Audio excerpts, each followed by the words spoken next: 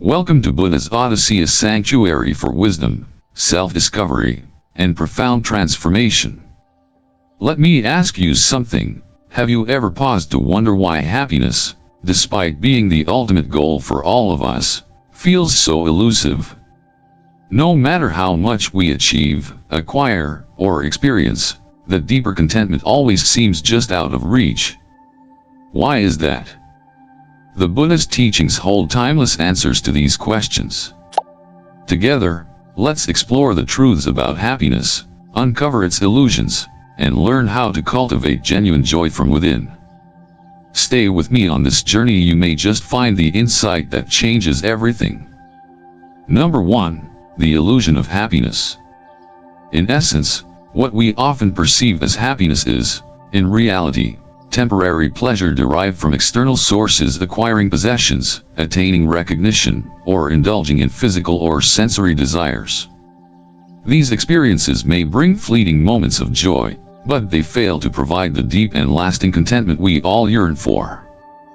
The root of this illusion lies in the impermanent nature of the external world. Everything we chase, wealth, fame, or even relationships, exists in a state of constant flux. Buddha likened this to clutching at sand. The tighter we grip, the more it slips away, leaving us frustrated and unfulfilled. Our desire for permanence in a transient world creates a relentless cycle of craving and disappointment. For example, consider someone who purchases a luxurious new car. The initial thrill of ownership is undeniable. However, as time passes, the car becomes just another object, its novelty fading.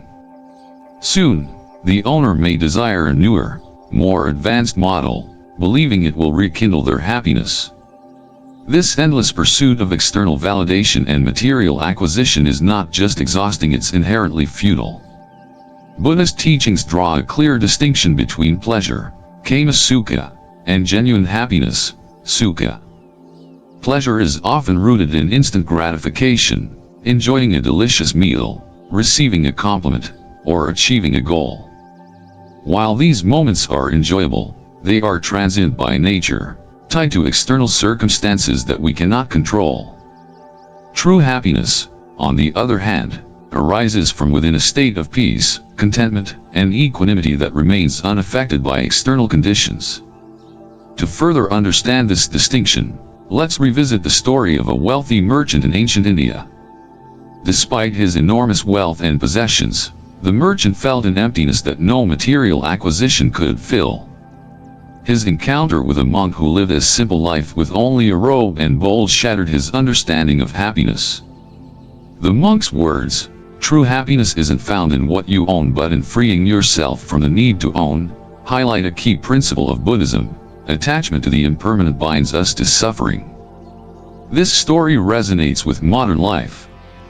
Many of us equate success or happiness with the size of our bank accounts, the titles we hold, or the admiration of others. Yet, time and again, these achievements fail to bring lasting fulfillment. At the heart of this dissatisfaction is craving, ta, which Buddha identified as the root cause of suffering. Craving manifests in three forms: craving for sensory pleasures, kamata, seeking satisfaction through sight, sound, taste, touch, or smell; craving for existence, bhavata, the desire to perpetuate one's identity, status, or achievements; and craving for non-existence, vibhavata, the wish to escape or annihilate unpleasant experiences. These cravings lead to clinging, upna, which perpetuates the cycle of suffering, dukkha. For instance, imagine someone striving to maintain their youthful appearance through expensive treatments and surgeries. Their attachment to an idealized image of youth creates anxiety and dissatisfaction because aging is inevitable. The more they resist this reality, the more they suffer. If external sources cannot provide lasting happiness, where should we turn? The answer lies within. Buddha's teachings emphasize cultivating an inner sense of peace and contentment by letting go of cravings and attachments. This process involves a fundamental shift in perspective, viewing life's impermanence not as a source of despair but as a liberating truth. Consider the example of a gardener planting flowers in the spring.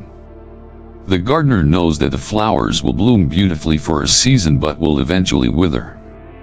Instead of mourning their loss, they cherish the beauty of the moment, understanding that impermanence enhances the value of each experience. Similarly, when we embrace impermanence, we begin to appreciate life's fleeting moments without clinging to them. Recognizing the illusion of happiness requires practical steps to transform our perspective. First, mindful observation helps us become aware of how our desires influence our emotions and actions. For example, when scrolling through social media, notice how comparisons to others' lives evoke feelings of envy or inadequacy. Recognize these feelings as products of craving rather than inherent truths. Second, practicing gratitude shifts our focus from yearning for more to appreciating what we already have. Each night, reflecting on 3 things that brought joy, no matter how small, like a kind word or a warm meal, reduces the grip of craving. Third, simplifying our lives allows us to declutter both physically and mentally. Letting go of possessions, habits, or relationships that no longer serve us creates space for clarity and peace. For instance, donating clothes we no longer wear or stepping away from draining activities can significantly lighten our emotional burden. Finally, cultivating inner qualities such as patience, compassion, and wisdom through meditation and self-reflection builds a stable foundation for genuine happiness. Ultimately, the illusion of happiness stems from the belief that adding more, whether possessions, achievements, or recognition, will fill the void within us. However, true happiness is not about accumulation, it is about subtraction. By letting go of cravings, attachments, and the need for external validation, we create space for inner peace to flourish.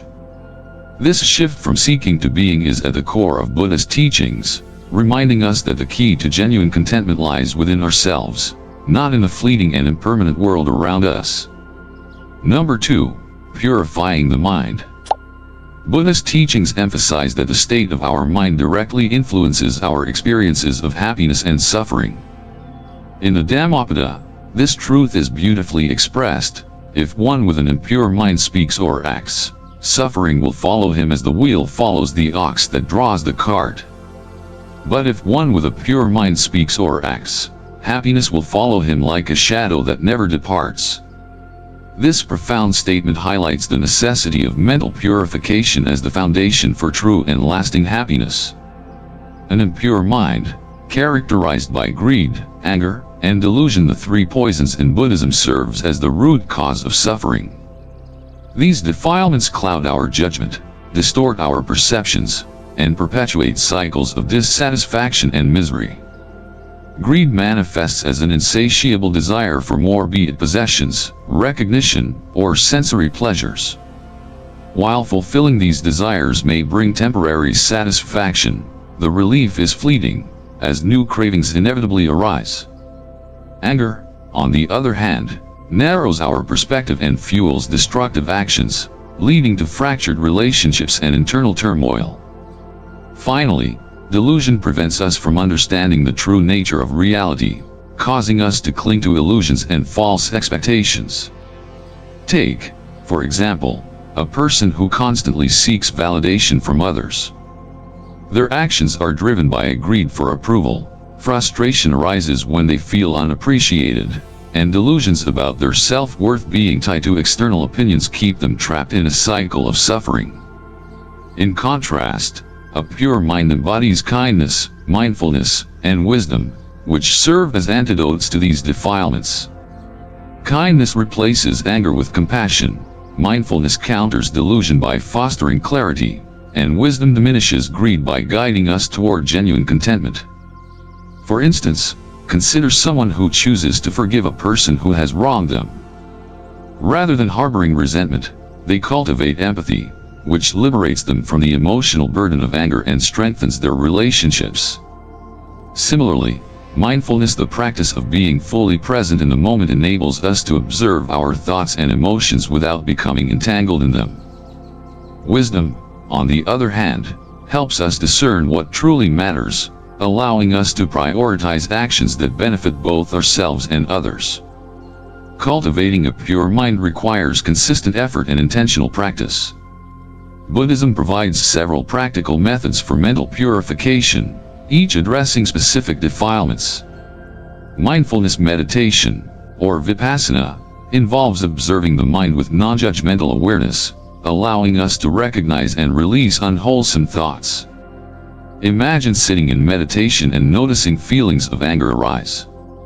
Instead of reacting impulsively or suppressing the anger, you observe it as it is, acknowledging its presence, understanding its cause, and letting it dissipate naturally. Over time, this practice reduces the power of negative emotions and fosters equanimity.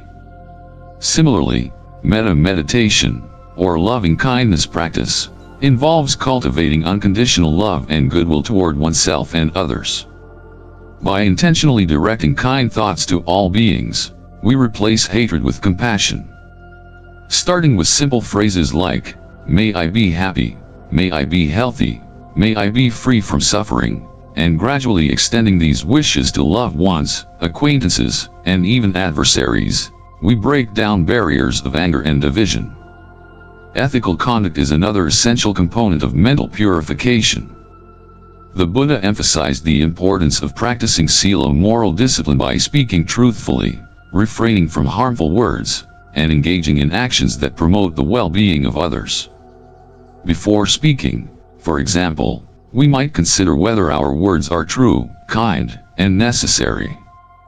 Avoiding gossip or harsh criticism not only prevents harm to others but also reduces the mental agitation that comes from negative interactions.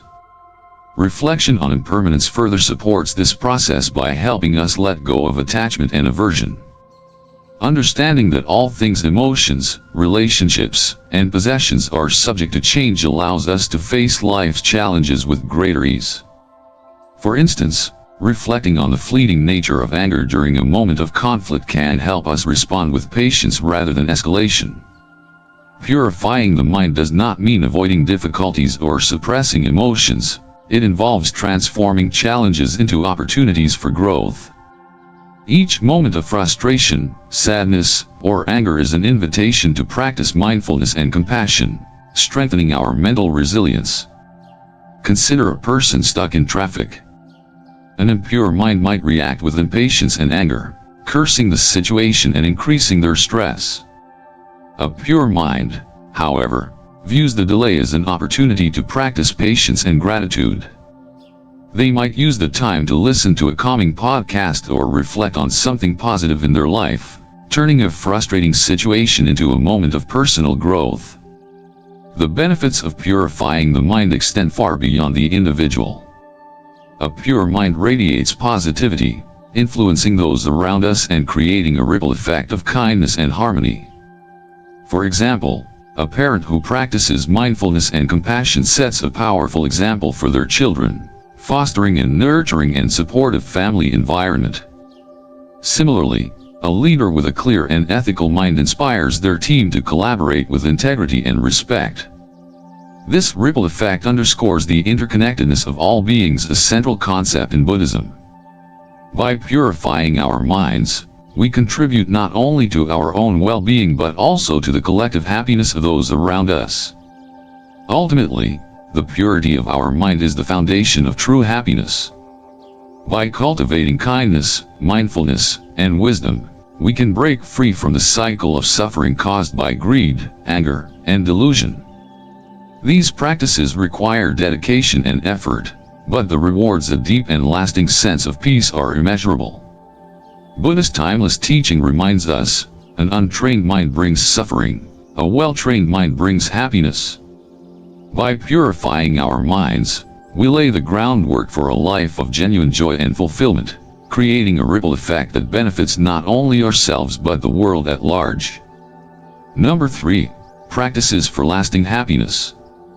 Buddhist teachings emphasize that happiness is not a random occurrence but a cultivated state of being. It requires deliberate practices and a shift in perspective that aligns our thoughts and actions with principles of compassion, wisdom, and mindfulness. Among the many practices that foster happiness, 3 foundational ones stand out: accepting life's realities, practicing generosity, and embracing the power of forgiveness. These interconnected approaches provide a roadmap for living a joyful and meaningful life, rooted in inner peace and resilience. Acceptance of life's realities is the first and perhaps most transformative practice in the pursuit of lasting happiness. Life is inherently unpredictable, a constant interplay of joys and sorrows, successes and failures. Buddha taught that suffering arises not from the events themselves but from our resistance to them. By acknowledging and embracing the impermanent nature of life, we can navigate its fluctuations with greater ease and wisdom.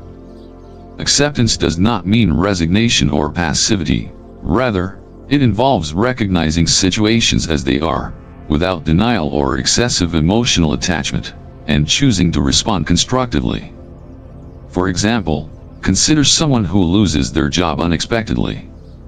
An initial reaction of despair is natural, but clinging to this sense of loss only deepens suffering.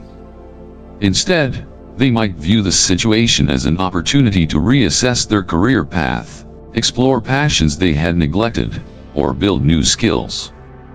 This shift in perspective transforms what seems like a setback into a stepping stone for growth. Acceptance also helps us understand the limitations of control. Certain aspects of life, such as others' opinions or unforeseen events, are beyond our influence. Recognizing this truth liberates us from unnecessary frustration and allows us to focus on what we can change. For instance, a person who struggles with criticism from a loved one might redirect their energy toward self-improvement rather than futile attempts to control the other's thoughts. In this way, acceptance becomes a form of wisdom, enabling us to meet life's challenges with equanimity and to find lessons even in difficult circumstances. Generosity, or dina, is another cornerstone of lasting happiness. Deeply rooted in selflessness, it involves giving without expecting anything in return, whether it's material possessions, time, energy, or kindness. Generosity is more than an act, it is a state of mind. The intention behind giving is just as important as the act itself. When we give out of genuine care rather than for recognition or reciprocity, we experience an inner joy that far surpasses fleeting pleasures. Picture a child sharing their meal with a stray dog. This simple yet profound act of kindness is untainted by expectation, and the joy the child feels is pure and enduring. Similarly, in our daily lives, when we donate to a cause, support a friend in need, or volunteer for the community, the happiness we experience is deeper and more fulfilling than any material gain. On a psychological level, acts of generosity trigger the release of feel-good chemicals like oxytocin, which strengthen our sense of connection to others. Beyond its biological benefits, generosity has a transformative spiritual impact. It loosens the grip of greed and attachment, creating space for contentment and peace. Moreover, generosity reinforces the interconnectedness of all beings, a central Buddhist concept. When we give, we acknowledge that our happiness is intertwined with the well-being of others. This perspective fosters empathy and reminds us that acts of kindness create a ripple effect, inspiring others to give and contributing to a more compassionate and harmonious society. Forgiveness is perhaps the most liberating practice for cultivating happiness. It frees us from the emotional weight of resentment, anger, and guilt, which are like heavy stones that burden us with every step. Forgiveness, however, is not about condoning harmful actions. It is about letting go of the emotional chains that keep us tied to past hurts. Forgiveness operates on 2 levels, forgiving others and forgiving ourselves. Both are equally important, as unresolved anger or guilt can manifest as anxiety, stress, or even physical ailments. Forgiving others involves releasing the hold their actions have on our emotional well-being. It is an act of self-care that liberates us from the toxic cycle of anger and retribution. For example, Consider a man betrayed by a close friend.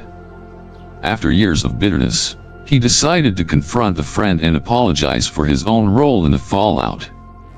To his surprise, the friend forgave him instantly, saying, "Carrying anger only hurts me, not you."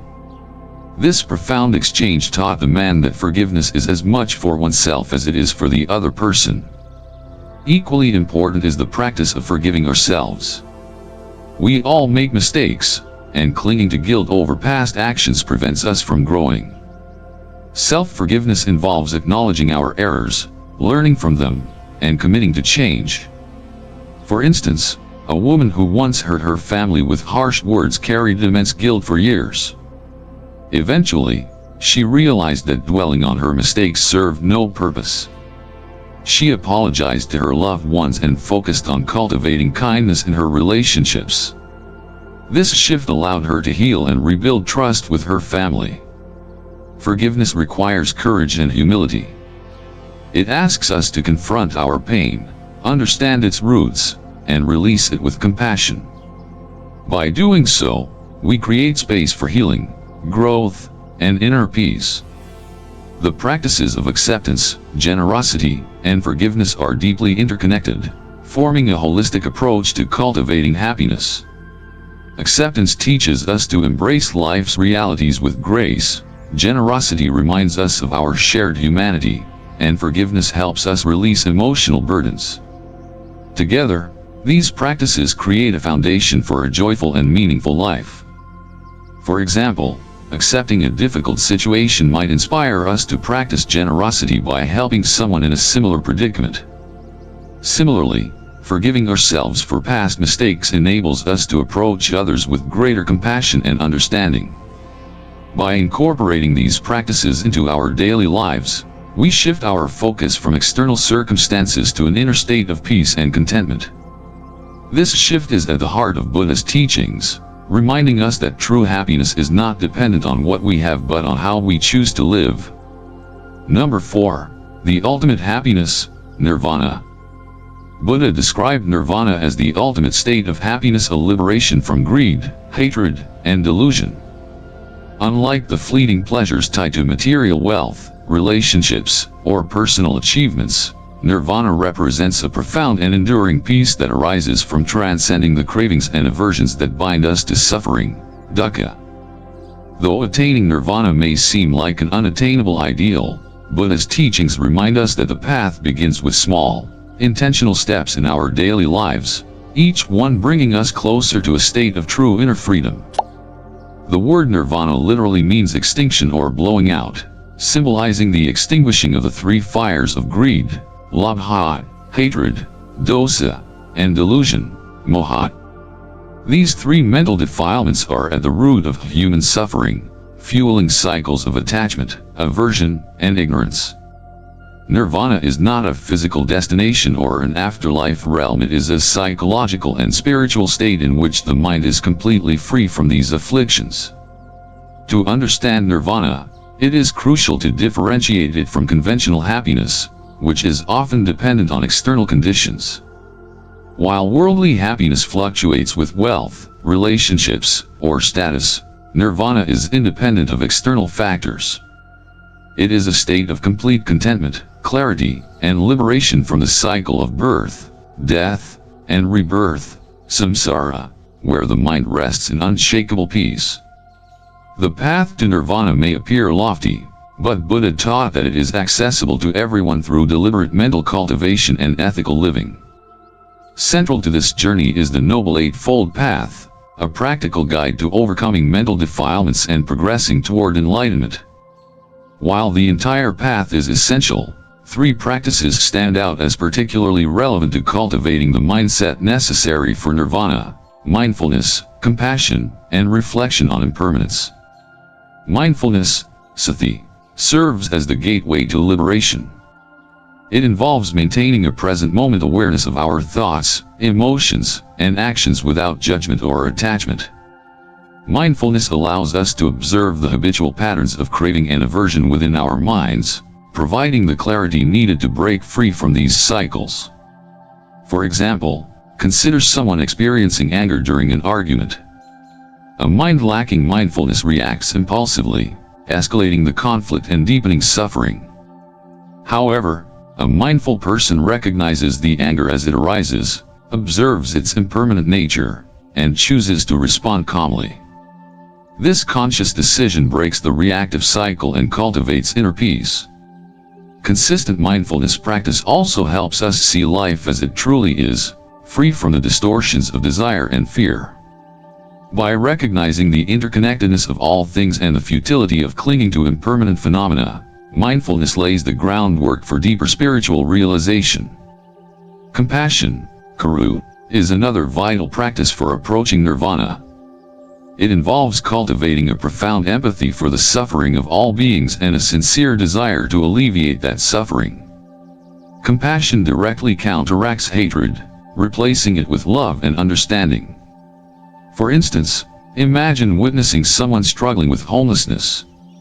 Instead of feeling indifferent or contemptuous, offering them food or assistance with genuine care benefits both the giver and the recipient. Such an act not only addresses immediate suffering but also purifies the mind of the giver by fostering a sense of interconnectedness and reducing selfish tendencies. Compassion also helps us transcend the illusion of separateness, which is a key aspect of delusion.